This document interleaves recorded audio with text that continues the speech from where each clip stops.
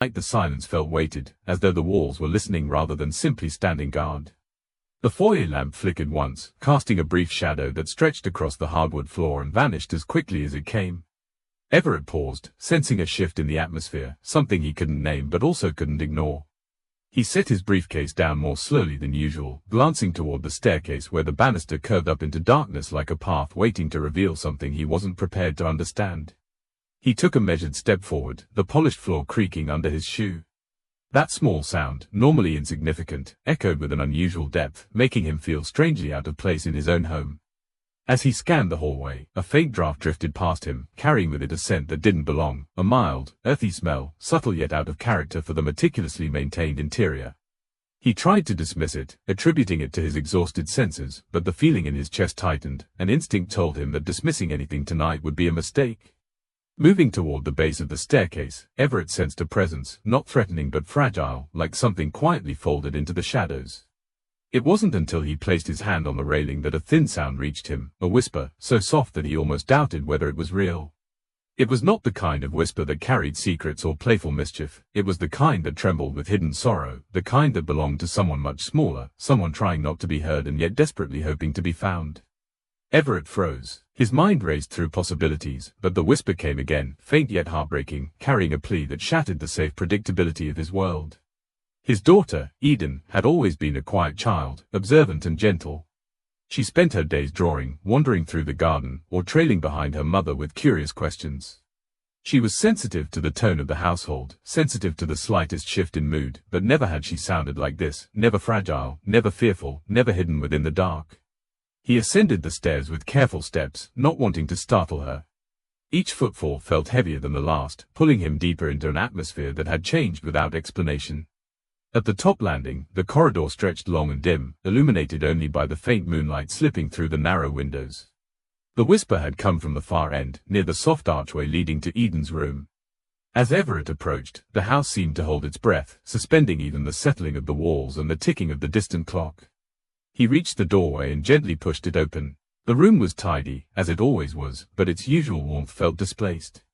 The nightlight on the far table cast a soft glow across the space, illuminating the soft pastels of Eden's decorations. Yet none of those familiar details anchored the moment. Everett's gaze fixed on the small figure curled near the foot of the bed, her shoulders tight, her posture brimming with a tension no child her age should hold. She was turned away from him, knees drawn against her chest, tiny hands clutched together as though bracing herself for something unseen.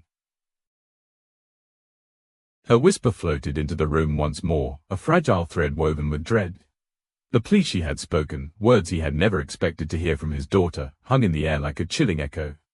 It made no sense. It carried imagery that felt distorted, a fear unrelated to anything in their structured, comfortable household. Everett felt an involuntary shiver slide down his spine. He stepped closer, moving slowly, unsure whether approaching too quickly might fracture the moment. He knelt beside her, placing a gentle hand on her back. Her small frame tensed at the contact, then relaxed slightly, as though recognizing the presence she trusted most. The house remained overwhelmingly quiet, amplifying every breath he took, every subtle shift of the blankets around her. Everett could feel her trembling beneath his hand, trembling with a fear she had kept hidden until this moment. That alone was enough to unsettle him, the idea that something had gone unnoticed in his own home, something significant enough to reduce his daughter to a whisper in the dark. He leaned closer, instinctively wanting to comfort her, to understand the surreal plea she had uttered. As he did, his hand gently brushed against her hair, and what should have been nothing more than soft strands became something entirely different beneath his fingers.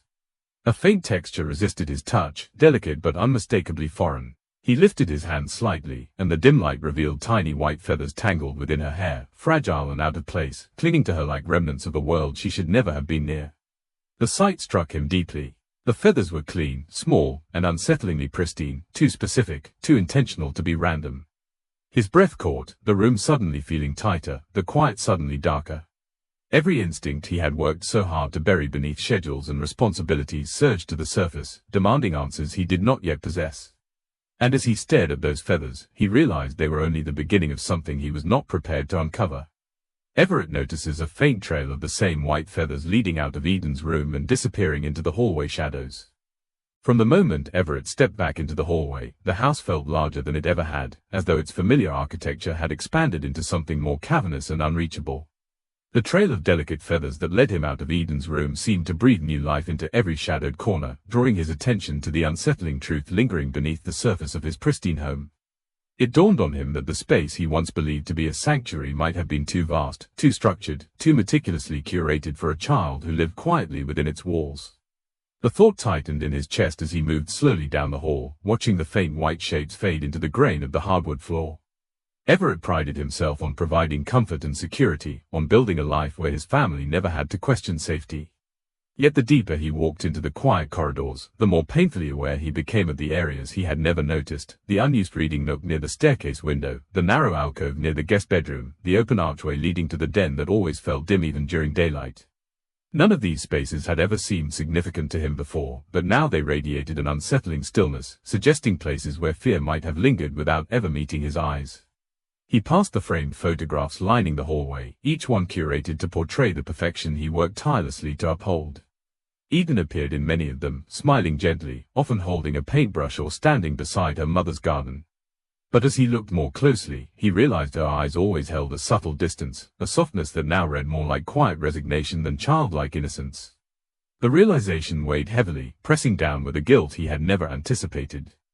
How many moments had he mistaken for shyness when they had been signs of something deeper, something he had failed to notice because the house was large, his schedule demanding, and Eden too gentle to voice discomfort until it manifested in whispers and misplaced feathers. Descending the staircase, Everett felt the air shift again, carrying a faint chill that had nothing to do with the temperature. The grand foyer, with its sweeping ceiling and carefully polished surfaces, now seemed to echo with an emptiness he had never acknowledged. He paused halfway down, taking in the expanse of the room, the marble-topped table near the wall, the towering bookshelf that displayed volumes he had read more for image than enjoyment, the chandelier overhead that sparkled with an almost artificial gleam. This house had become a symbol of success, a structure designed to project stability, but in this moment, it felt like a monument to the distance that had quietly grown between his intentions and reality. He reached the bottom of the stairs and stepped into the living area, a space filled with furniture chosen more for aesthetic than comfort. The couch, though elegant, felt rigid. The coffee table held neat stacks of magazines no one truly touched. The fireplace, though grand, rarely burned except during holidays. Everett realized with an uneasy clarity that the house reflected him, orderly, controlled, polished on the surface yet lacking the warmth and openness a child like Eden might have needed. The size of the house had offered privacy, but perhaps too much of it, granting silence where connection should have been. The trail of feathers had ended long before he reached the living room, yet the unanswered questions pulled him forward. He moved toward the hallway that connected to the back of the house, noticing subtle details he had overlooked for years: the narrow space beneath the staircase that collected dimness, the elongated corridor leading to the mudroom, the slight unevenness of the floorboards near the back entrance. For the first time, these quirks felt less like character and more like opportunities for unnoticed fear to hide. As Everett advanced through the corridor, he observed the muted color of the walls, worn slightly near the lower edges where Eden might have brushed her hands. The visual reminder of her presence tightened something inside him, something paternal and protective that urged him to piece together what she had experienced within this environment. He reached the mudroom and hesitated, sensing a shift in the air again, this time subtle, earthy, grounded in something that did not belong indoors. He stepped inside, scanning the small space where coats hung on hooks, boots rested neatly on racks, and a wide window overlooked the backyard. The room seemed normal, yet a faint scent drifted in, an earthy blend that vaguely resembled soil and dry hay. It was gentle but out of place, carrying with it a quiet message he couldn't decipher. Everett leaned down, inspecting the base of the door leading to the backyard, and noticed something else: the faintest smudge of dirt just to the right of the frame. He frowned, moving closer, studying the mark with growing unease. The dirt appeared fresh, darker in tone, as though it had been tracked in recently. He scanned the floor more intently and soon found additional traces, small crumbs of soil scattered lightly across the tile surface, subtle enough to miss unless one was actively looking. As he followed the faint signs, he discovered something even more telling: thin strands of straw, barely an inch long, scattered near the threshold. The sight unsettled him more than he expected. The straw was clean, crisp, and clearly displaced from somewhere outdoors, likely from a part of the property he had rarely visited. But Eden was not the type to wander outside alone, especially at night. The presence of fresh dirt and straw near the back door suggested movement, deliberate movement from someone small, someone cautious, someone familiar with the house yet not operating under ordinary circumstances. Everett stood motionless for several seconds, absorbing the implications. His mind searched for logical explanations, but each possibility grew more troubling than the last. The feathers in Eden's hair had already disrupted his sense of normalcy. Now this quiet trail of outdoor remnants brought a new dimension to the mystery, hinting at behavior that did not align with anything he understood about his daughter's routines. The house, with all its rooms and corridors, had offered countless corners where fear could have grown unnoticed, and now he wondered what other signs he had missed, what other moments Eden had endured without speaking. He turned his attention to the back door itself. The lock was engaged, yet the slightest streak of dirt near the bottom suggested that it had been opened recently, perhaps not fully, but enough to allow someone small to slip through without detection. The thought settled heavily in his mind, leaving him with a chilling realization that the sanctuary he believed he had built was less secure than he imagined.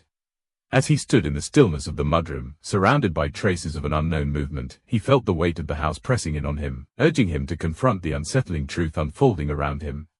And then he noticed something else, something that deepened the mystery even further. Just beyond the smudged dirt, Everett finds a faint set of tiny footprints leading from the back door toward the darkest corner of the yard. The quiet of the house followed Everett like an invisible presence as he stepped away from the back door and into the deeper interior of the home, each movement tugged forward by a lingering sense of disbelief. His mind kept circling back to the feathers he had gently pulled from Eden's hair just moments earlier, each one soft, flawless, and disturbingly familiar. They had not been ordinary feathers, not stray remnants tracked in from a random outdoor breeze. Their size, color, and shape were unmistakable, and the recognition had struck him with a force he had not been prepared to feel. Those feathers had come from a place on his property he had not stepped into for years, the old chicken coop that stood far beyond the manicured part of the backyard, tucked behind a line of trees that cast long shadows across the ground during late afternoon light. For years, the co-op had remained untouched, empty, abandoned after a brief period when his wife had taken an interest in keeping hens. That interest had faded quickly, replaced by new hobbies and commitments, leaving the structure forgotten. The wooden panels had faded, the latch had rusted, and the small pathway leading toward it had slowly blended back into the natural landscape. No one had reason to go there anymore, especially not Eden, who preferred the garden and the swings. The idea that feathers from that abandoned structure had surfaced in her hair felt impossible, as if someone had quietly rewritten a part of their life without telling him. He stood in the living room, trying to make sense of what this meant. The image of the feathers flashed through his thoughts again, stirring a quiet dread that seemed to pull at the edges of the house. The walls, once a symbol of control, now appeared absorbed in silence, holding onto their secrets as though they had been waiting for him to notice. He moved toward the kitchen with a growing urgency, compelled by the need to understand how something that had been dormant for so long had suddenly found its way back into their present. The kitchen, immaculate and still, felt cold under the overhead lights. The polished counters and neatly arranged appliances contrasted sharply with the unease swelling inside him. He leaned against the edge of the island, trying to steady his thoughts as his memories drifted back to the coop's early days. He remembered building a small ramp with his wife, the faint scent of newly cut wood lingering in the air, and Eden, still a toddler then, watching from the grass with wide-eyed curiosity. Those early days had held simplicity, a gentleness untainted by the complexities that later settled into their routine. But once the co-op lost its purpose, the family had moved on, leaving it to time and weather. Now, its sudden reappearance, through the feathers tangled in Eden's hair, pressed an unsettling weight onto Everett's conscience. He pushed away from the counter and walked toward the sliding door that opened to the backyard. The outside darkness stretched across the lawn, broken only by the faint moonlight brushing against the trees. The co-op lay beyond that stretch, hidden in the farthest corner near the storage shed. He could barely see the outline from where he stood, but the knowledge of its presence felt sharper now, as though the structure had awakened after years of silence. Everett hesitated before stepping away, sensing the night pulling at him, urging him to confront what lay in the shadows. Yet something inside him knew it wasn't time to go outside, not yet. The house held more clues, and he needed to understand Eden's connection to the feathers before stepping into the night's uncertainty. He walked down the hallway leading back toward her room, but this time he stopped at the doorway of the bathroom instead. He turned on the light and watched the glow settle against the pale tiles. On the countertop, he had placed the feathers he had removed earlier, hoping the clearer lighting would offer something new. He studied the delicate structure, the smooth tips, and the faint curve of each quill. They were unmistakably from the old co-op, matching the faint memories of the hens they had once kept. But what unsettled him more was the perfect condition of the feathers. They were clean, unbroken, and fresh, too fresh for something that should have been untouched for years.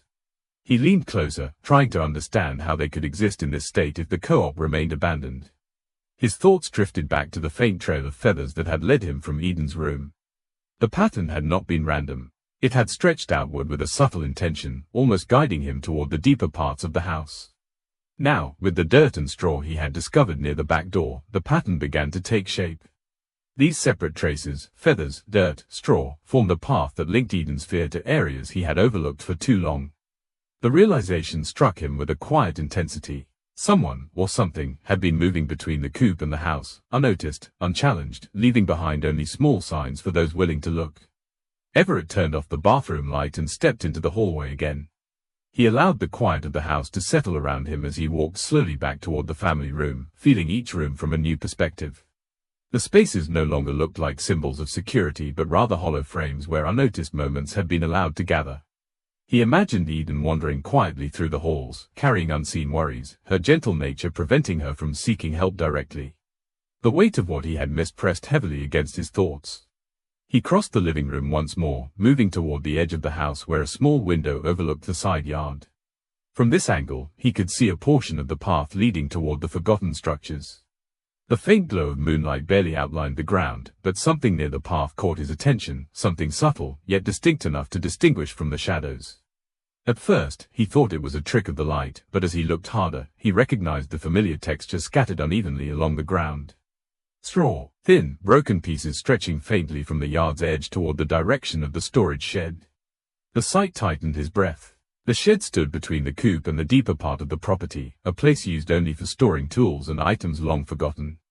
He had not opened it in months, but the straw forming that faint trail told him that someone had been there recently, moving through the property's quiet spaces without detection.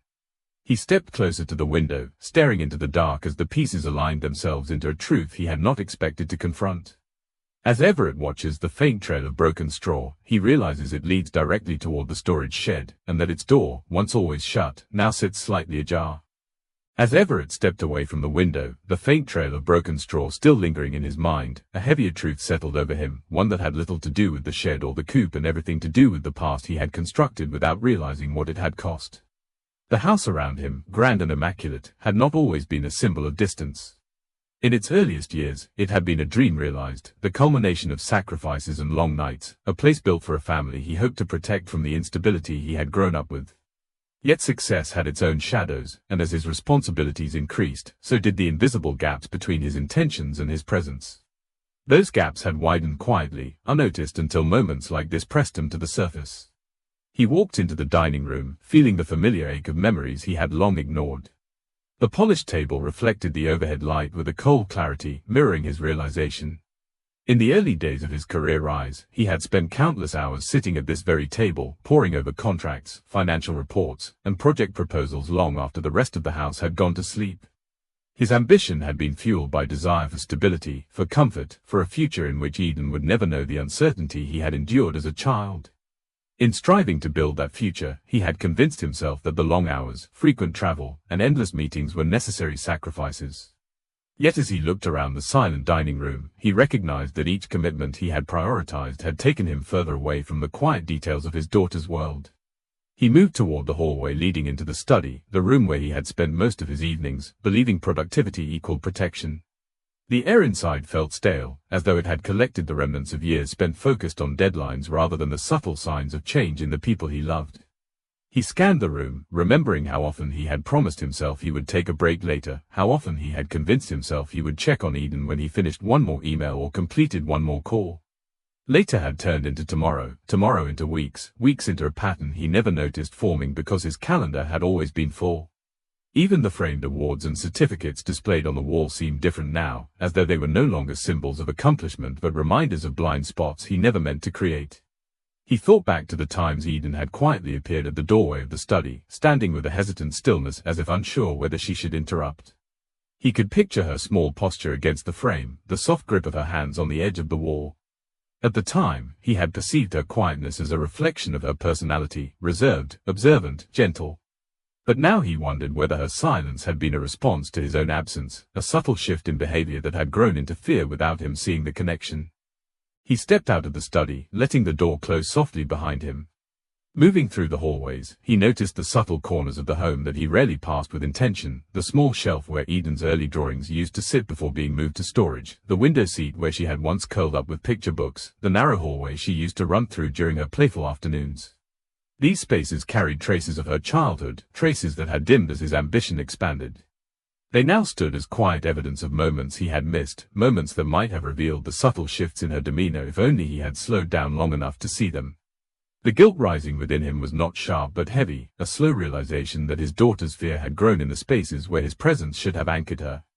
The signs had been there: her reluctance to play outside alone, her hesitance near the back of the property, her sudden preference for keeping her bedroom door closed.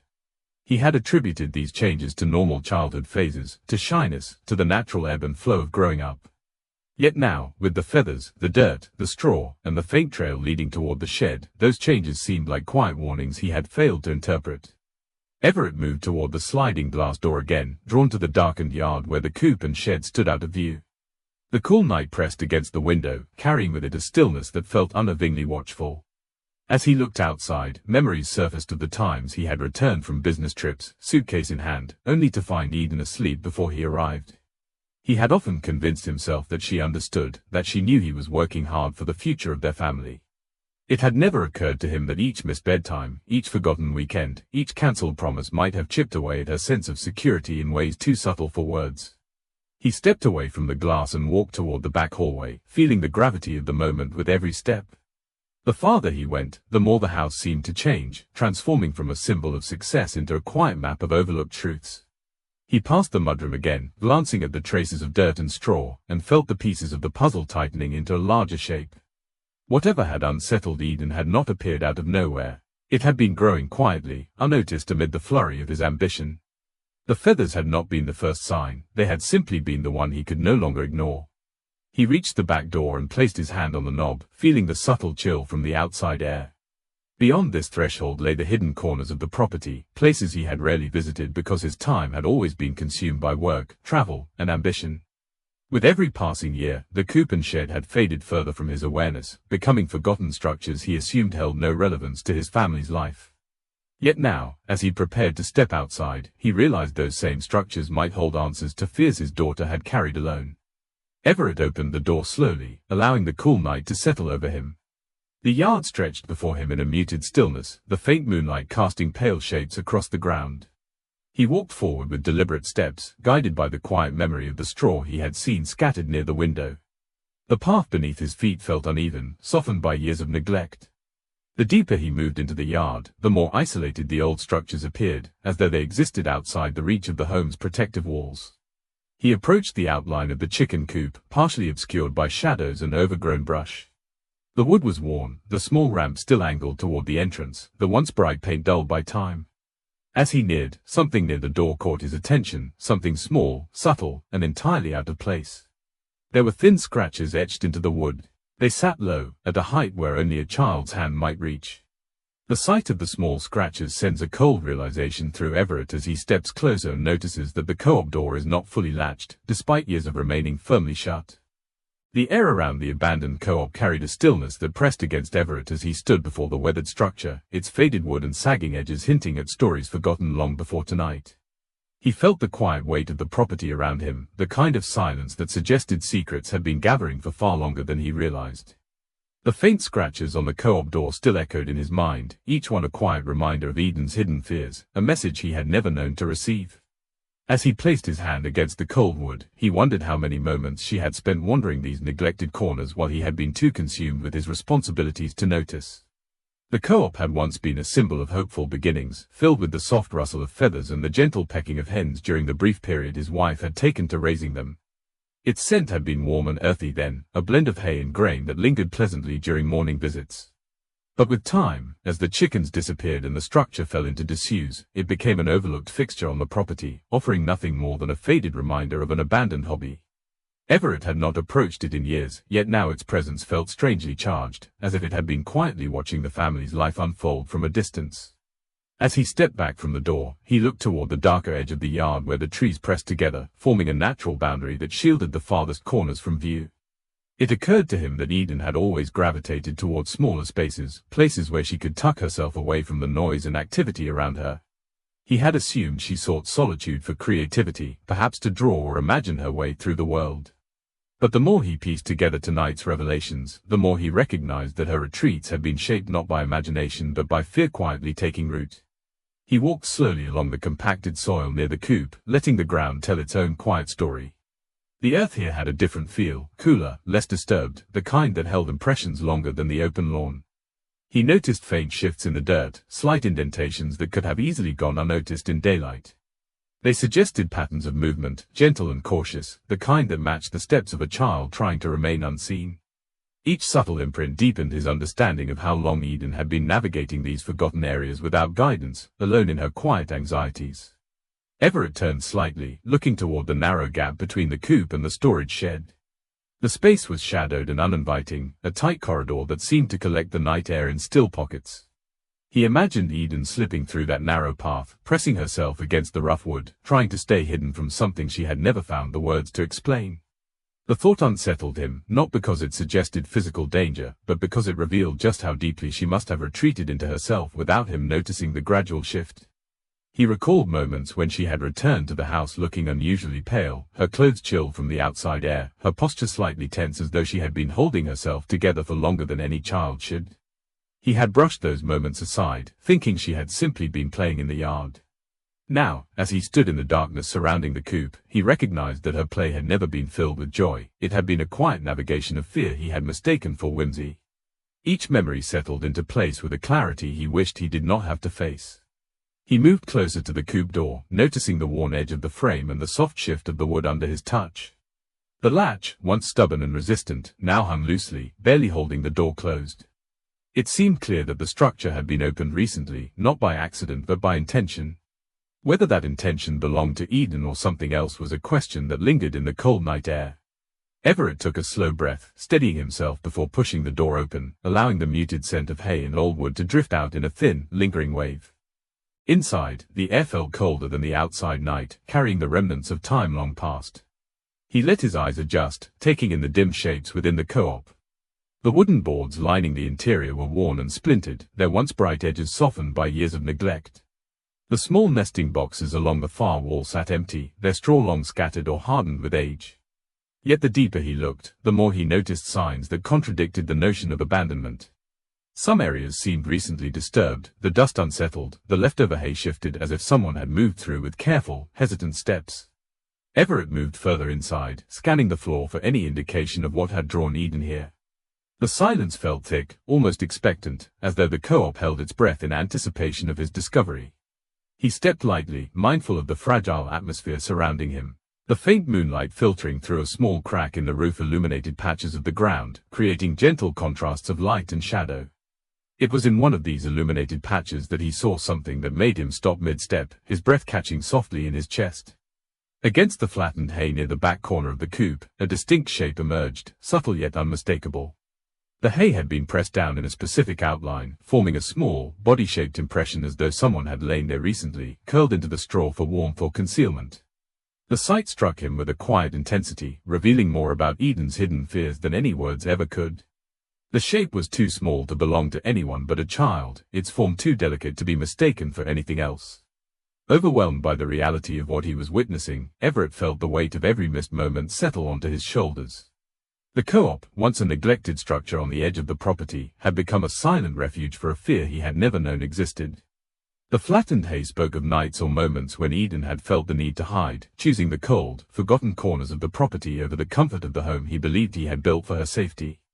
He stepped closer, eyes fixed on the fragile indentation, understanding that this discovery was only the beginning of a truth he had yet to unravel. As he studies the child-shaped imprint, Everett notices a faint trail of broken straw leading from the coop's interior toward the storage shed once again, marking a path he can no longer ignore. The imprint in the hay lingered in Everett's vision long after he stepped back from it, the small outline fused into the dimness of the co-op like a quiet confession. It was not just a sign that she had been there, it was evidence of how long she had carried a need for refuge he had never recognized. The thought that his daughter had chosen this cold, forgotten space over the warmth of her own room unsettled him more than the chill in the air ever could. The co-op, with its rough boards and lingering scent of old straw, had become a sanctuary not because it was inviting, but because it did not demand anything from her. He let his gaze travel along the interior, toward the corners where light faded into shadow. Little details began to emerge as his eyes adjusted, the slightly rearranged piles of hay, the smoothed areas along the wooden edges where a small hand might have rested, a faint impression near one of the empty nesting boxes that suggested she had sat with her knees drawn close, waiting for something to feel less frightening. These were not signs of a child playing, they were patterns of someone trying to feel safe in the only way she knew how. It occurred to him that the old chickens, in the brief time they had lived here, had offered a kind of presence that required nothing of anyone. They had clucked and moved and slept without judgment, oblivious to success, failure, or expectations. Even after they were gone, the space that had once belonged to them still carried remnants of their simple existence. For a sensitive child like Eden, the idea of being near where they had once been, or imagining him there, might have felt more comforting than the vast, echoing rooms of a house filled with unspoken pressure. In this small structure, the world narrowed. There were no phones ringing, no schedules crowding the day, no silent disapproval or distracted nods. Only straw, wood, and the memory of gentle creatures that asked nothing of her. Everett thought back to the moments when she had seemed withdrawn after a long day, when he had returned home late to find her already in bed, her posture tense even under the blanket. He had believed she simply needed rest or time alone. Now he began to see that her isolation had not been about needing space from others but about needing relief from a feeling she could not name. The house, with its endless rooms and constant hum of responsibility, might have felt too big, too sharp, too full of expectations for a child who sensed more than she spoke. The co-op, in contrast, offered a confined, predictable place where nothing changed unless she moved it herself. He walked slowly along the interior wall, fingertips brushing the rough wood. The air felt heavy with the quiet history of the place, thick with the knowledge that he was only now discovering what Eden had likely known for months. He noticed small scuff marks near the floorboards, as though a child had scooted backward into the corner more than once, tucking their legs in close to avoid being seen through the small gaps between the wooden slats. There was a small comfort in the thought that, even if she had been afraid, she had found somewhere that made her feel less alone. Yet that comfort was overwhelmed by the weight of knowing he had never been part of that escape. A part of him wanted to reject the possibility that she had come here at night, that she had slipped out of the house while everyone assumed she slept peacefully in her room. But the signs were too consistent, too clearly drawn by repeated behavior to dismiss. The flattened hay, the subtle smoothing near the wall, the faint trail of broken straw leading back toward the shed and yard, all of it pointed to quiet, deliberate visits made in secret. The idea that she had felt safer here than within the walls he had fought so hard to build unsettled him in ways he could not easily express, even to himself. He crouched near the indentation again, studying the details more closely. The shape in the hay suggested she had curled on her side, likely pulling her knees toward her chest, the way children do when trying to make themselves small. The straw around the edges seemed slightly raised, as though she had shifted uneasily, adjusting to the hardness beneath her. This had not been a brief experiment or a single impulsive visit, it felt like a habit formed over time, chosen and repeated whenever the house became too much. Whether her fear stemmed from something outside, something inside, or something unspoken within her own mind, the co-op had become her answer. He tried to imagine how she might have felt during those secret visits, the quiet of the night pressing against the slats, the cold breathing through the gaps, the stillness wrapping around her as she lay in the dimness. Perhaps, in some way, this place had reminded her of stories she had read, where gentle creatures gathered close and the noise of the world faded. Perhaps she had believed that, even if the chickens were gone, the peace they had once embodied still lingered here, waiting for someone small and frightened to share it. As he remained crouched, the scent of dry straw and aged wood filled his senses. He reached out and carefully moved a small section of the hay aside, trying not to disturb the imprint more than necessary. The straw shifted with a soft rustle, revealing darker patches beneath where the ground had been slightly compressed. It seemed that she had returned to the same spot more than once, pressing deeper into the floor each time, trusting this narrow strip of space with pieces of her fear no one else had been allowed to see. He brushed back another layer of hay, more out of instinct than intention, and something pale beneath the surface caught his eye. For a moment, he thought it was another small feather, lost and buried among the straw. But as he cleared more of the hay away, the shape resolved into something else, something softer, fabric rather than plume, its tiny form slightly crumpled yet unmistakable in size and design. It was a small sock. The fabric was faintly patterned, the colors muted from use and time, but Everett recognized it immediately. It belonged to a pair Eden had worn months ago, a set he remembered seeing near the laundry basket when the weather had first begun to cool. The sight of it, half buried beneath the hay in this forgotten co-op, struck him with a sharp, quiet intensity that cut through the fog of his thoughts. The sock had no reason to be here unless she had brought it herself, unless she had been here long enough, often enough, for something as personal as a piece of her clothing to end up hidden under the straw. And if she had left something this familiar behind, it meant her visits to this place were not a single desperate moment, but part of a deeper pattern his eyes had never been taught to see. As Everett lifts the tiny sock from the hay, he notices a faint, almost invisible indentation near the wall where something small and metallic once pressed into the wood, as though she had hidden more than just herself within this space. The tiny sock still rested in Everett's hand as he stood in the quiet interior of the coop, the weight of the discovery pressing against him with a heaviness he had not expected. It was such a small object, hardly anything at all in the physical sense, yet its meaning expanded far beyond its fabric. It was a symbol of moments he had missed, of nights when she had sought refuge here instead of under the roof he believed kept her safe. As he stared at it, he felt an almost physical shift in the space around him, as though the co-op itself had more to reveal if he only allowed himself to see what had been there all along. He slowly set the sock aside and moved farther into the coop, letting his eyes trace the uneven boards and the scattered patches of straw. The light filtering through the cracks above shifted gently with the movement of the branches outside, creating faint glimmers against the dust that coated the surfaces. It was that subtle sheen that drew his attention to the far edge of the interior wall. At first, he thought it was simply the natural texture of the aging wood. But as he stepped closer, he realized the dust had been disturbed, not by time or weather, but by careful, deliberate hands. The layer of dust on the inner wall carried tiny trails, thin, uneven strokes that had been smudged in patterns not born of random motion. Someone had touched the dust with purpose, drawing small shapes and hesitant lines. Everett leaned closer, his breath slowing as he began to recognize the faint, finger-drawn marks for what they were. They were not simple doodles or mindless swirls. They carried weight and intention, as if a child had tried to form words through trembling hands and limited light. He reached out and let his fingers hover close but not touching, afraid to disturb what had been left behind. The first message, faint and slightly smeared, formed a curved pattern that resolved into a single, shaky word. Its edges were uncertain, the dust dragged unevenly, but the meaning was unmistakable. It expressed a feeling he had overlooked in her day-to-day behavior, a word she had never said aloud but had etched here in the dim isolation of the co-op when no one had been around to listen. Lonely, the word struck him with a quiet force. It was not simply a description, it was a confession, one written by fingers too small to carry such heavy emotion. He studied the strokes, noting how some lines were pressed deeper than others, as though she had hesitated, erased, and tried again before finally letting the message remain. The unevenness of the dust told a story of uncertainty, of a child trying to make sense of feelings in a place where she believed no one would judge her for having them. Everett stepped back, his chest tightening. He let his eyes scan the rest of the wall, looking for more. And there, just to the right, he found another set of markings, slightly clearer than the first. The dust had been drawn aside with more confidence, forming a cluster of uneven lines that resembled the shaky outline of a small hand. It wasn't a word, but it didn't need to be. The imprint felt like an attempt to remind herself that she still existed somewhere beyond the walls of a home that had grown too large and too quiet around her.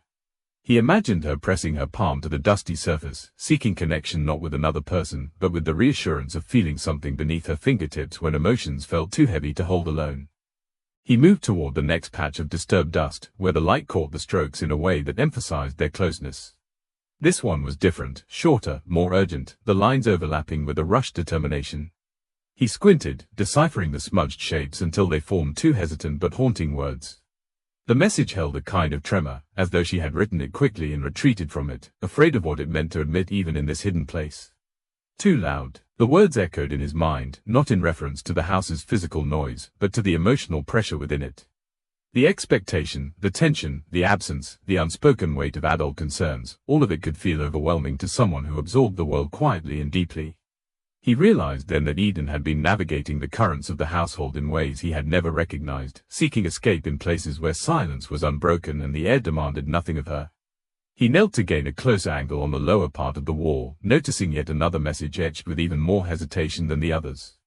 This one looked softer, as though her finger had barely touched the surface, leaving behind only the faintest impression. The lines wavered, slightly uneven, like someone trying to gather courage to express a fear they could barely name. The message, though nearly erased by time and dust, carried a quiet desperation. Cold nights. He closed his eyes briefly, letting the words sink in. The co-op, for all its quiet comfort, could never offer warmth.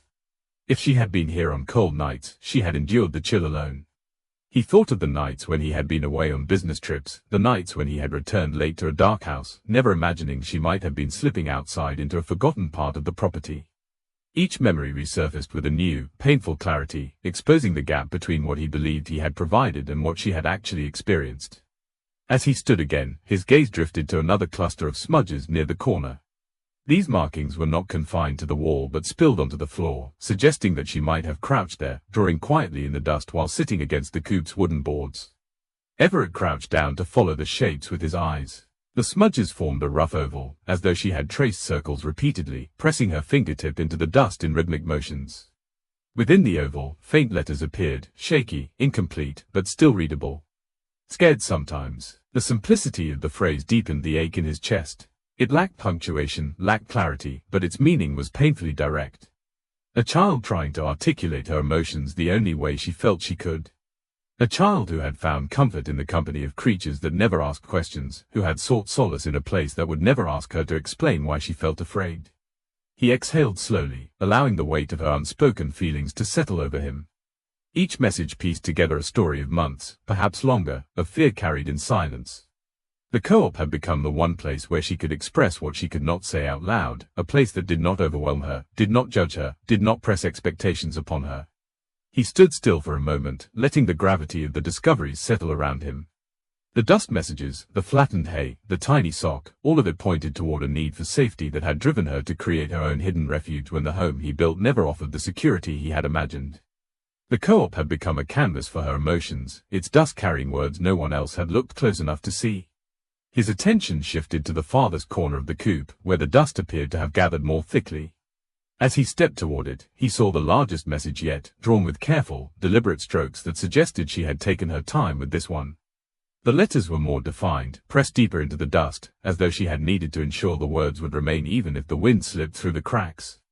Safer here. The message stared back at him, steady and unmistakable. As Everett absorbs the heartbreaking message, he notices a faint trail of dust leading toward the co-op door, as though something, or someone, had recently disturbed the ground and slipped back out toward the yard.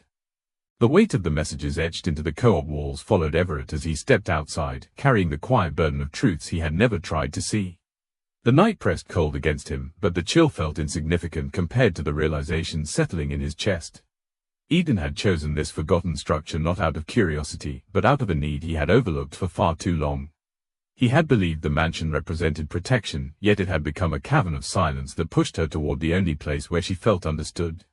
He walked slowly across the yard, the grass bending beneath his steps as he replayed every moment he had convinced himself she was fine.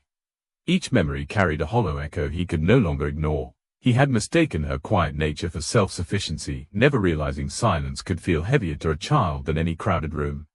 The mansion he worked tirelessly to provide had grown too large for her small world, its spacious rooms stretching between them like miles he never crossed. In that distance, Eden had chosen familiarity in the coop's cold corners instead of navigating a home that offered presence without connection. The realization spread through him with a quiet ache, unraveling the illusions he had built around fatherhood. He had believed financial security and physical comfort were enough, that a warm bed and stable home replaced the need for consistent presence. Yet the co-op told a different story, one written in dust, straw, and quiet confessions he had never taken the time to uncover. He imagined her sitting alone in the dim structure, listening to the muted sounds of the night while feeling less alone than she ever had inside the house. He ran a hand across the worn edge of the coop's doorway, sensing the quiet imprint of moments she had carved into this forgotten place. It pained him to imagine her slipping outside at night, drawn not by adventure but by a need to escape the overwhelming quiet of a home that should have held her gently. The house had grown too vast, absorbing his absence until she no longer felt anchored within it. Here, though, surrounded by simple textures and muted scents, she had found something resembling comfort, even if it existed only because no one had thought to look for her there. He stepped out into the yard again, the night wrapping around him with a stillness that felt almost accusatory. The property stretched outward, familiar yet foreign under the weight of what he now understood. He followed the faint line of flattened grass leading toward the barn, the subtle path suggesting repeated visits made with careful footsteps. Each step forward revealed how much he had missed while believing he was providing everything. He had mistaken material comfort for emotional presence, forgetting that children needed something quieter and far more fragile, reassurance that someone saw the world through their eyes, not just through responsibility. As he moved closer to the barn, the night seemed to thicken, as though holding its breath around the structure. The exterior looked warm but stable, a building that had outlasted many seasons without attracting attention. Its shadow stretched across the ground in a long shape that seemed to echo the distance between who he believed he had been and who he was forced to acknowledge now. The more he walked, the more he understood that Eden's choices were not strange or dramatic. They were responses to a life lived around her rather than with her, a life shaped unintentionally by absence. He paused near the barn's outer wall, sensing the shift in the air that always accompanied the understanding of something long ignored. The wooden planks carried faint discolorations where dust had settled unevenly, suggesting small hands might have brushed against them in passing. It was easy to imagine Eden pausing there, deciding whether to approach or retreat, torn between fear and the instinct to find a place that felt less demanding. The barn, like the coop, offered a stillness she could not find in the echoing corridors of the house, a place where time held no pressure and presence required no words. He could feel the truth settling more heavily with each step he took. Eden had not sought these places because they were inviting, she had chosen them because they offered what the mansion never had, uncomplicated quiet. Every hallway inside the house carried expectations, every room reflected the pace of a life built on ambition rather than presence. Out here, the world remained small and predictable, shaped by textures and sounds that demanded nothing from her. The coop and barn had not judged her worries or misunderstood her silence. They had simply existed, and sometimes existence was the refuge she needed most. As he reached the barn's entrance, the quiet pressed more tightly around him, as if the structure sensed the shift in his understanding. He stopped just short of pushing the door open, letting the cool air wrap around him like a muted warning. The night had grown deeper, the shadows stretching longer across the ground, yet the faint outline of the barn seemed to call to him. It felt as though the building held another piece of the story he was assembling, a fragment tied not to the past but to the present moment unfolding around him. He inhaled slowly, steadying himself as he prepared to step closer. The barn's doorway loomed with a presence that felt heavier than the quiet around it, as though it had been waiting for this moment of recognition. He took another step, but before he could reach the door, a soft sound stirred behind him, a faint rustling that broke through the stillness like a whispered reminder that he was not alone in the night. The noise rose gently from the shadows pooled near the side of the barn, carrying with it the unmistakable sense that something had just moved within the darkness. A soft noise rustles behind him, coming from the shadows of the barn. The soft rustle behind Everett lingered in his ears long after the sound itself had faded, amplifying the weight of the night around him. He turned slowly, letting his eyes adjust to the shifting shadows near the barn's edge, but nothing moved anymore. The darkness settled back into stillness, yet the moment had already done its work. It confirmed what the straw trails, the dust messages, and the child-shaped imprint had been quietly suggesting. Eden had not only visited these hidden corners, she had inhabited them. And someone, or something, had been near her during those moments, close enough to stir the stillness he had assumed belonged only to the night. He stepped toward the barn's entrance, drawn forward by a mixture of dread, responsibility, and an aching need to understand the world his daughter had quietly constructed beyond the boundaries of their home. The large doors loomed before him, the old wood worn from years of sun and weather. He pushed one door open slowly, the hinges groaning with a tired resistance that echoed through the dim space within. As the door eased back, the interior of the barn unfolded in a muted haze of dust and shadow. A faint scent of old hay and dry wood greeted him first, the air richer and heavier here than in the open yard. Vast beams of moonlight slipped through the narrow gaps between the boards, slicing thin lines of light across the barn floor. The stillness felt different inside, denser, almost layered, as though time had settled uninterrupted for years. Yet it was not an untouched stillness. The ground bore the subtle pattern of movement, footprints pressed lightly into the dust, straw disturbed in purposeful ways, and objects shifted just enough to suggest recent presence. Everett let the door settle behind him and moved deeper into the barn, allowing his eyes to adjust to the low light. His breath slowed as he took in the details, each one revealing another piece of Eden's hidden world. Near the left wall, draped over an unused bale of hay, lay a folded blanket he recognized. It was small, patterned with faint stars, a blanket she had once carried everywhere when she was younger. He distinctly remembered placing it in the donation box months ago. Yet here it was, unfolded just enough to show it had been worn by use, then carefully positioned again, too carefully for random placement. A swell of emotion pressed against him. The blanket wasn't here by chance. She had brought it, carried it, or rediscovered it, choosing it as comfort in a place far removed from the warmth of her room. The realization softened something within him, a recognition of how deeply she had sought familiarity in these shadowed corners. As he stepped closer to the blanket, he noticed other small signs strewn across the hay bale, a faint scattering of crumbs from something she must have brought from the house, a plastic wrapper tucked partially behind the bale, and a small smudge where her hand might have wiped dust away. These were not remnants of play, they were evidence of habitation. She had spent enough time here to need food, warmth, and a semblance of security. He found himself imagining her sitting curled around the hay bale, wrapped in the blanket, eating quietly while the barn embraced her in the stillness she couldn't find inside the home. His gaze drifted further across the floor and settled on another familiar detail: feathers. Not many, just a handful near a wooden crate, soft and white, matching the ones he had found tangled in her hair. They lay scattered as though brushed from clothing or blankets rather than from living creatures. The chickens had been gone for years, yet these feathers seemed far too clean to have remained untouched in this place for long. The disconnect unsettled him. How had these feathers resurfaced? Who had brought them? Had Eden found them stored somewhere, or had someone else introduced them into her secret refuge? He walked toward the crate, each step stirring thin clouds of dust beneath his shoes. The crate sat slightly askew, pushed against the wall as though it had been moved recently. When he crouched beside it, he noticed faint lines drawn into the dust near its base, thin curves, loops, and hesitant marks that mirrored the kind he had seen inside the co-op. They were not words this time, but shapes formed by small fingers moving through silence. It hit him then that Eden had likely spent hours here, drawing, thinking, existing quietly without fear of disappointment or misinterpretation. The barn had become another extension of her refuge. He stood again, glancing around the barn as the reality of her repeated visits unfolded in fuller detail. On the far side, nestled between two old support beams, lay another small blanket he didn't recognize. Its edges were frayed, the kind of blanket once stored in a forgotten closet or shoved into a box of miscellaneous linens. Eden had gathered pieces of the home not for warmth alone, but to recreate a sense of belonging where she felt safe. That tiny ecosystem of comfort, blankets, crumbs, feathers, dust drawings, painted a portrait of a child navigating her fear with creativity and resilience. Yet as much as these pieces revealed her attempts to feel safe, they also exposed how profoundly she had felt alone. The barn held a different energy now that he understood its role in her world. It no longer seemed like an unused structure on their property but a quiet shelter she had returned to again and again when the weight of silence grew too heavy. He imagined her slipping through the dark yard at night, carrying a blanket under her arm, walking carefully to avoid being heard, then closing herself inside this dim place where nothing expected her to be anything other than what she was: frightened, overwhelmed, in need of stillness. Everett's gaze traveled across the barn floor once more. This time his attention shifted to a pattern near the center of the space, subtle depressions in the dust, spaced closely, smaller than his own footprints and more scattered than the impressions near the door.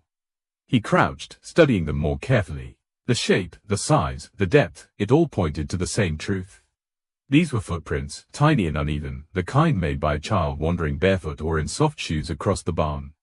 The prints were not chaotic, they followed a path, one that traced across the barn in a subtle curve. Everett followed the trail with his eyes, watching it weave between hay bales, around a wooden post, and toward the back corner of the structure. The prints grew fainter there, merging with the deeper shadows along the floor. He rose slowly, his pulse tightening as he moved closer. The barn had already shown him more than he wanted to admit, but this trail seemed different, more recent, more purposeful, as though it formed the final link between her secret visits and the part of the barn she had been most drawn to. The tiny footprints led toward a narrow doorway on the far side of the barn, the entrance to the old animal feed room, a place even he rarely entered. And there, pressed into the dust just before the threshold, the footprints seemed to pause, as though she had stood there deciding whether to go inside. He spots tiny footprints leading toward the animal feed room.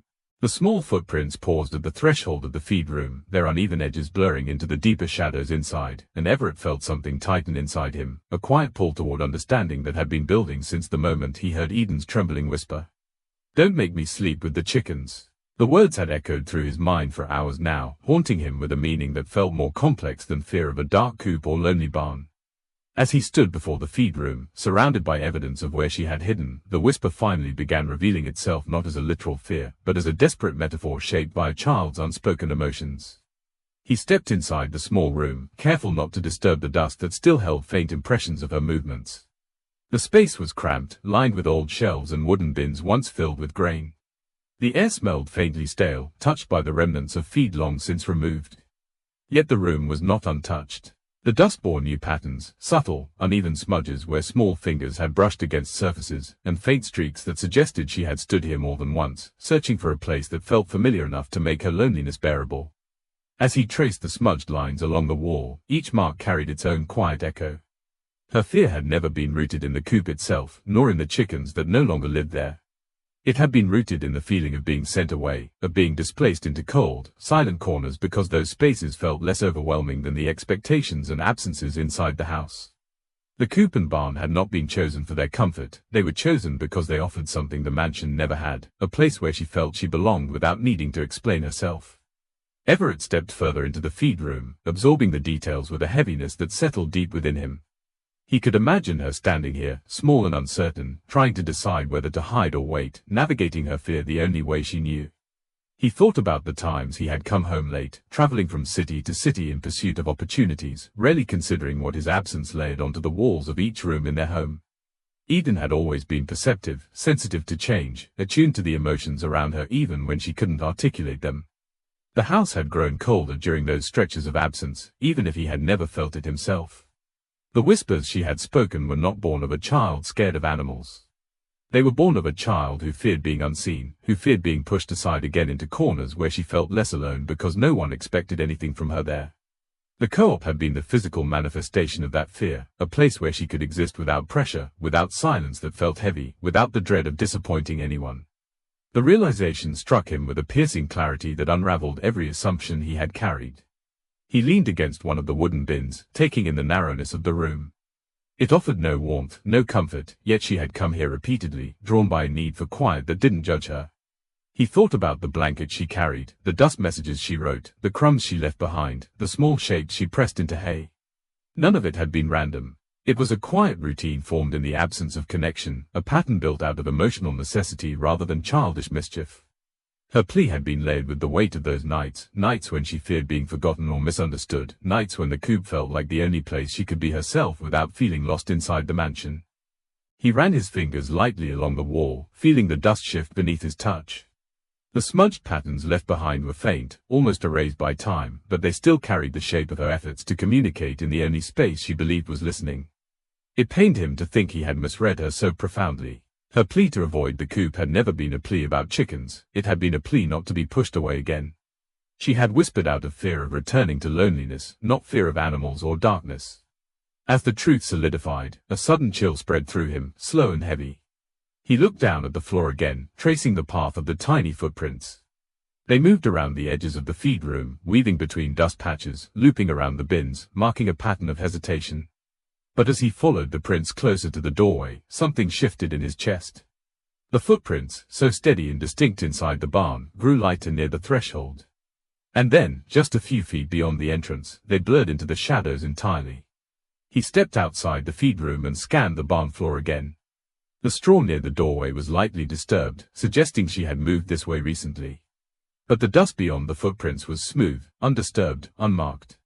The trail simply ended. The abruptness caught him off guard, sending a quiet ripple of unease through him. He crouched to inspect the barn floor more closely, but even the faintest impressions had disappeared. It was as if she had been here only moments before, and then vanished into the dark without leaving a trace. Everett's breath tightened as the weight of the night shifted around him. He walked toward the open barn door, stepping slowly into the stretch of moonlit yard. The property lay silent, the shadows deepening across the grass, the trees faintly swaying with the wind. But the stillness felt different now, charged with an absence he hadn't anticipated. He turned back toward the barn, retracing the footprints with his eyes, hoping he had overlooked something. But the truth remained stark. The prints ended abruptly, as if she had stopped standing in that place, and then moved in a direction where the dust could no longer record her steps. He felt the air tighten around him as the realization grew sharper, heavier, undeniable. Eden was not in the barn. She had been here recently. And now, she was gone again. The silence around him deepened, and for the first time since the night began, the property felt alive with an unseen urgency, a quiet warning pulsing through the shadows. He realizes she's missing once more, and the footprints end abruptly in the dark. The abrupt ending of the footprints left Everett standing in a suspended moment between dread and determination, his breath catching in the stillness that seemed to deepen with each passing second. The barn loomed behind him like a silent witness, holding secrets in the shadows he had not yet searched. The night felt colder now, sharper, as though the air itself sensed the urgency building inside him. Eden was somewhere close, she had to be, but her trail disappearing so suddenly filled him with a fear he had no language for. It was a quiet, crushing fear, the kind that didn't shout but carved hollow spaces inside the chest. He stepped back into the barn, letting his eyes sweep across the interior in long, slow arcs. Everything he had seen earlier, the blankets, the feathers, the crumbs, now took on a heavier meaning. They were not only signs of where she had been but reminders that she had been moving through this place in a state of emotional exhaustion. The dust drawings had hinted at confusion, loneliness, and the need for a refuge, but the fading footprints suggested something more alarming. She was growing weaker, her steps had become fainter, hesitant, barely pressing into the floor. The thought tightened his throat. He moved deeper into the barn, determined to follow even the smallest shift in the environment. The moonlight, slipping through the roof's narrow gaps, created thin, silver paths across the ground, illuminating traces that might have gone unnoticed. He crouched low, bringing himself closer to the level of the dust and straw, studying subtle patterns with renewed intensity. In one corner he noticed a barely perceptible trail where hay seemed to slope slightly, as though someone had brushed through it gently, dragging it with the faint sweep of a foot or hand. He followed the shape of the disturbance, tracing it toward the far side of the barn. Every clue, no matter how small, felt like a thread pulling him forward. Near a leaning wooden beam, he noticed another sign, one so subtle it might have disappeared with the next breeze. A faint scuff mark rested against the edge of the beam, the kind left by soft shoes sliding slightly from unsteady steps. It was shallow, but its presence confirmed she had stood there, likely pausing to steady herself. He touched the mark gently, the texture of displaced dust transferring to his fingers. It was recent, perhaps no more than minutes old. The thought quickened his breath. He stood and scanned the shadows again. The barn's interior was a maze of forgotten objects, stacked crates, old bales of hay, unused farm tools, and narrow spaces where only a child could comfortably slip through. He moved toward one of these narrow corridors, a dim passage formed between a row of aging crates and the barn wall. The dust here was thicker, gathering in clumps that muffled sound when he stepped lightly across it. He noticed faint disruptions, small streaks trailing along the floor, not footprints but the result of something brushing against the dust. Perhaps a sleeve, a corner of a blanket, or fingers seeking balance in the dark. The trail ended near a stack of hay that leaned precariously against the wall. He knelt beside it, feeling the cool surface of the barn floor beneath him, grounding him in the urgency of the moment. A faint line cut through the hay's surface, as though someone had pressed down on it briefly before shifting away. It wasn't deep enough to be a sitting position, but enough for him to know she had passed through this exact spot. His pulse steadied with a new sense of direction. She had been moving, perhaps slower, perhaps frightened, but still moving. He rose again, scanning for the next clue. His eyes drifted toward a section where the dust was unusually disturbed, forming a faint arching pattern across the floor. He stepped toward it and noticed that the dust had been displaced in a curved motion, as though someone had pivoted slightly before changing direction. He crouched and followed the curvature, which led to the edge of an old crate. The crate looked no different at first glance, but when he leaned closer, he noticed something subtle. Dust along the crate's base had been brushed aside, revealing a shallow streak where something had slid underneath. He lowered himself further, pressing one hand to the floor for balance as he peered into the gap beneath the crate. It was small, far too tight for her to crawl into, but possibly large enough for something she had dropped or dragged. A thin piece of hay protruded from the darkness beneath the crate, slightly bent, as though it had been carried along by movement. It suggested she had paused here, perhaps leaning against the crate for a moment before pushing herself onward. The thought made him rise quickly, scanning the surrounding space for the next sign. The barn was not large, but its shadows created a deceptive sense of depth, turning ordinary corners into unknown spaces. Everett forced himself to breathe evenly, reminding himself that panic would only cloud his ability to see what was in front of him. He walked slowly now, each step deliberate, each shift of light or dust a possible clue. He moved toward the back of the barn where the shadows thickened, where old tools hung silently on the walls, untouched for years. Here, the dust patterns were more chaotic, scattered by drafts and the weight of time, but Everett trained his eyes to look past the obvious, to search for shapes that did not belong. He found one soon enough, a faint drag mark across the dust, thin and wavering. It reminded him of the way a child's tiny foot might scrape across the ground when tired or stumbling. He followed the mark, letting it guide him toward a cluster of stacked crates that stretched almost to the ceiling. The crates had been placed there long before he bought the property, remnants of a time when the barn had been more than a forgotten structure. Now, they created a labyrinth of tight corners and narrow passages. Everett's breath slowed as he approached the crates. The trail of dust ended near them, dissolving into the darker shadows behind the stack. He stepped closer, allowing his ears to adjust to the silence. The barn was still except for the distant shiver of wind brushing against the outer boards. He waited, listening for anything, any shift, any breath, any sign that she was near. His heartbeat felt loud in the quiet. As he leaned in, a faint movement caught the edge of his vision. He froze, eyes narrowing into the shadows behind the crates. The space was too dark to see clearly, but something had shifted, a subtle motion, too controlled to be the wind.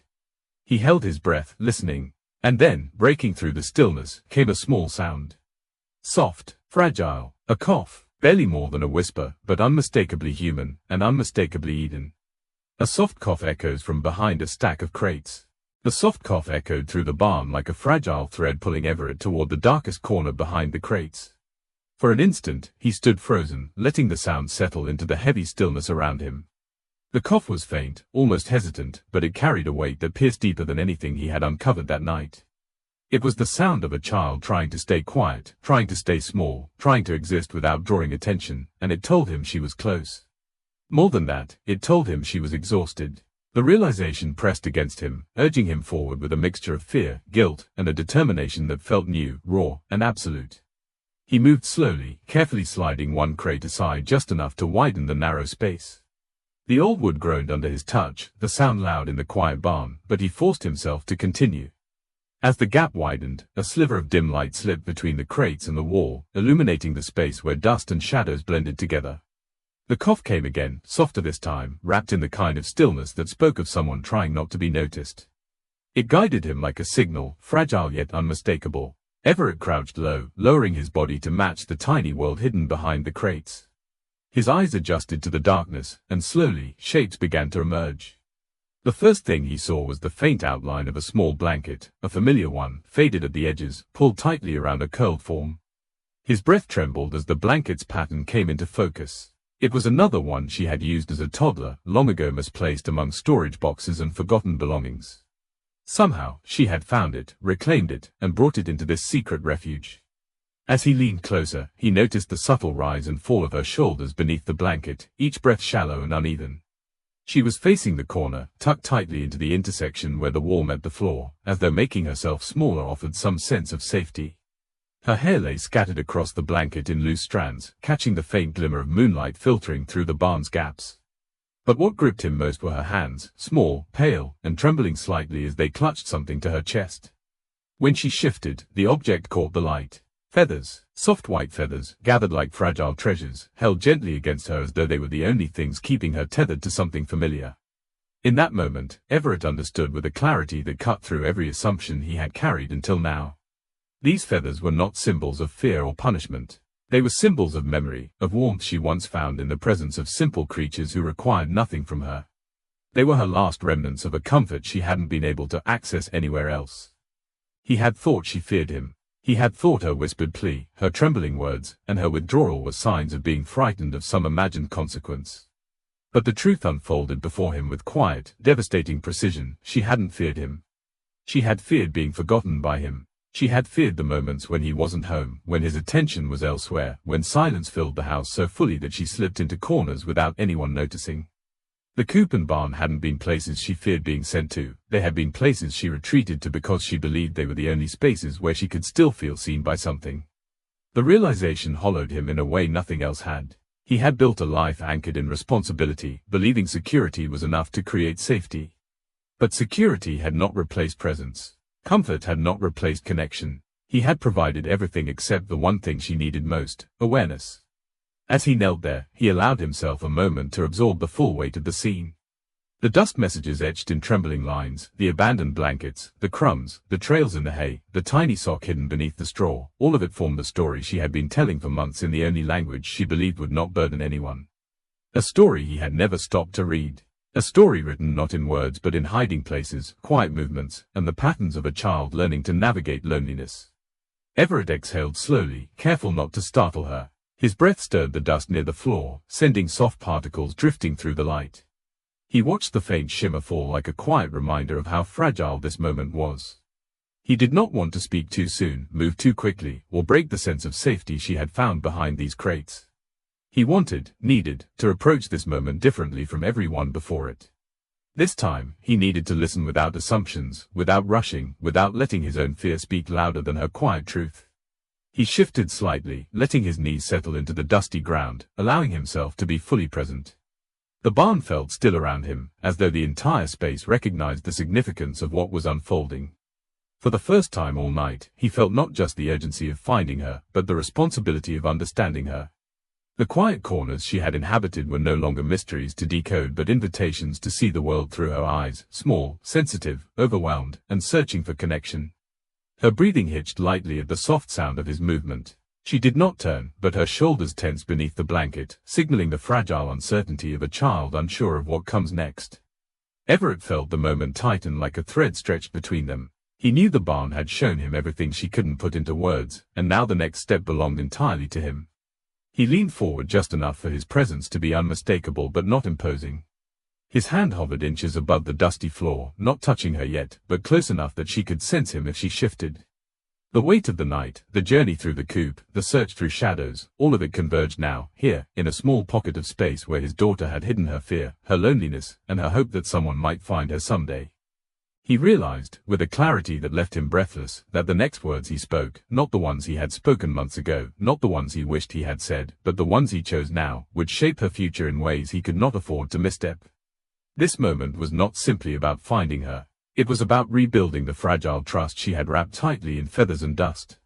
And as he drew in a steady, trembling breath, preparing himself to speak with a gentleness he had forgotten how to use, the truth settled in fully. Cliffhanger, as he steps toward her, he realizes the next words he speaks will shape her future forever. When the sun finally rose over the quiet property, he understood the truth the night had been trying to show him. She was never hiding from danger, she was hiding from silence. The forgotten barns and coal corners she once clung to became reminders of every moment he had missed, and every moment he would no longer allow to slip away. He rebuilt his life around presence instead of promises, choosing her world over the one that kept pulling him away. The mansion felt warmer now, not because anything changed inside it, but because he finally did. And the girl who once whispered in fear no longer hid in the shadows. She finally had a home where she was seen, heard, and never forgotten. If this story pulled you into its shadows and kept you listening, then don't keep the journey to yourself, let someone else discover it through you. There are more untold stories waiting for the people who stay close, the ones who never miss the next chapter when it drops. And if this one made you think differently about the silence inside a home, you'll want to be here for what comes next. Now tell me, from which country are you watching this, and did any moment in this story hit closer to home than you expected?